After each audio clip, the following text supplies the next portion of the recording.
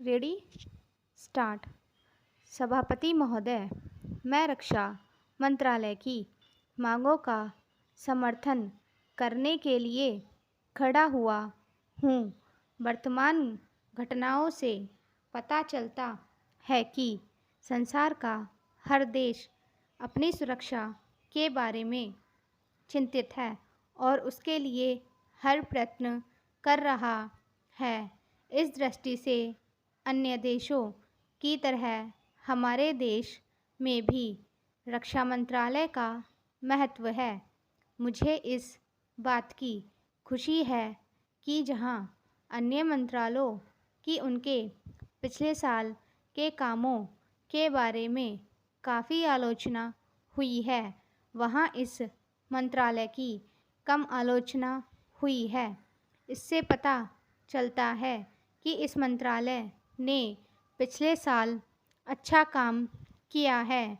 मोटे तौर पर किसी भी देश की सुरक्षा नीति का लक्ष्य यह होता है कि वह दूसरे देशों, खास तौर से पड़ोसी देशों के साथ मित्रता के संबंध स्थापित हों और हम एक दूसरे के मामलों में हस्तक्षेप न करें। लेकिन उसके साथ यह भी ज़रूरी होता है कि हम अपने देश की सीमाओं और अखंडता की रक्षा करें। इसलिए हमारे देश का यह कर्तव्य हो जाता है कि हम अपने पड़ोसियों के कार्यों पर पूरी नज़र रखें, क्योंकि आज तक हमारे देश पर जो संकट आए वो हमारे पड़ोसियों से आए हैं। 1965 में पाकिस्तान के साथ जो लड़ाई हुई और उसके बाद ताशकंद में जो समझौता हुआ वह सिर्फ कागज़ पर ही रहा। पाकिस्तान ने उस पर कोई अमल नहीं किया। इस दृष्टि से बहुत ज़रूरी है कि हम अपने देश की सुरक्षा की हर तरह से व्यवस्था करें। हमारा उद्देश्य दूसरों पर आक्रमण करना नहीं है, लेकिन यदि हम पर कोई आक्रमण करे तो हम में इतनी शक्ति अवश्य होनी चाहिए कि हम उसका डटकर सामना कर सकें। आप जानते हैं कि पिछले दिनों पाकिस्तान को अमेरिका और चीन से काफ़ी मदद मिली है। रक्षा मंत्रालय की रिपोर्ट में भी कहा गया है कि पिछले साल अमेरिका ने पाकिस्तान को 1500 करोड़ रुपए की फ़ौजी सहायता दी है। आज जहां हम फ़ौजी सामान के लिए अपने कारखानों की मदद से अपनी शक्ति बढ़ाने का प्रयत्न कर रहे हैं, वहां पाकिस्तान संसार के देशों से फ़ौजी सामान खरीद रहा है। अपनी नीति के कारण वह सब देशों से लाभ उठा रहा है।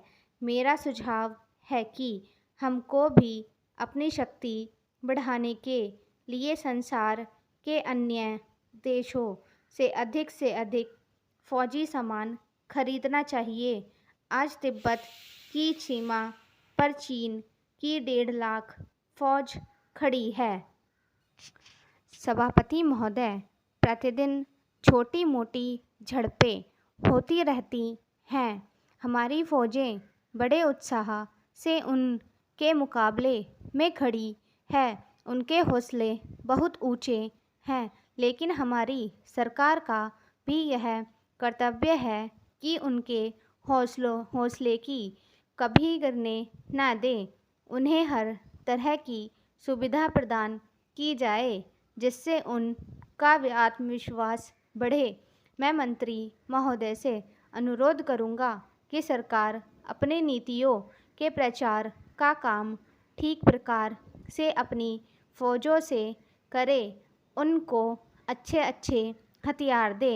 अनुसूचित जातियों और आदिवासी जातियों के आयुक्त ने जो अपना प्रतिवेदन प्रस्तुत किया है।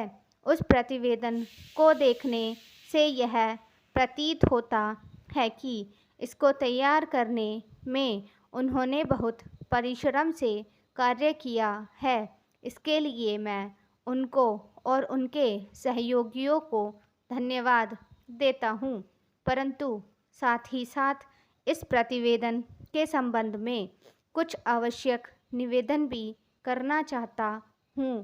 पहली बात तो यह है कि इस प्रतिवेदन को देखने से ऐसा प्रतीत होता है कि इन कार्यों के लिए जिस धन का उपयोग होता है वह 3 साधनों से उपलब्ध होता है। केंद्र सरकार द्वारा, राज्य सरकारों द्वारा और कुछ गैर सरकारी संस्थाओं द्वारा। प्रतिवेदन के अनुसार जितना धन इन कार्यों पर व्यय करने के लिए दिया जाता है उतना धन पूरी तरह से व्यय नहीं हो पाता। मैं यह नहीं कह सकता कि आवश्यकता से अधिक धन दिया जाता है या कार्यकर्ताओं को वह धन प्राप्त ही नहीं होता, जिसके कारण से वह बिना खर्च हुए बच जाता है। मैं तो यह चाहता हूँ कि जितना धन दिया जाता है उसका पूरा उपयोग हो और आयुक्त को यह न कहना पड़े कि इस कार्य के लिए जितने धन की आवश्यकता थी उतना धन नहीं मिल पाया और विवश होकर हमको उस कार्य को बीच में ही रोकना पड़ा। जहाँ तक राज्य सरकारों का संबंध है, बहुत सी राज्य सरकारें अभी तक इस कार्य में असावधानी से काम ले रही हैं और इस कार्य को उपेक्षा की दृष्टि से देखती हैं। आयुक्त ने इस बात की शिकायत की है कि बहुत सी राज्य सरकारों ने अनेक पत्र भेजने के बाद भी अभी तक अपनी रिपोर्ट नहीं भेजी है। मैं चाहता हूँ कि सरकार इस तरह निष्ठापूर्वक ध्यान दे, राज्य सरकारों पर दबाव डाला जाए कि वे इस दायित्व के प्रति सचेत हों और आयुक्त को उनके कार्य में पूरा सहयोग प्रदान करें। स्टॉप।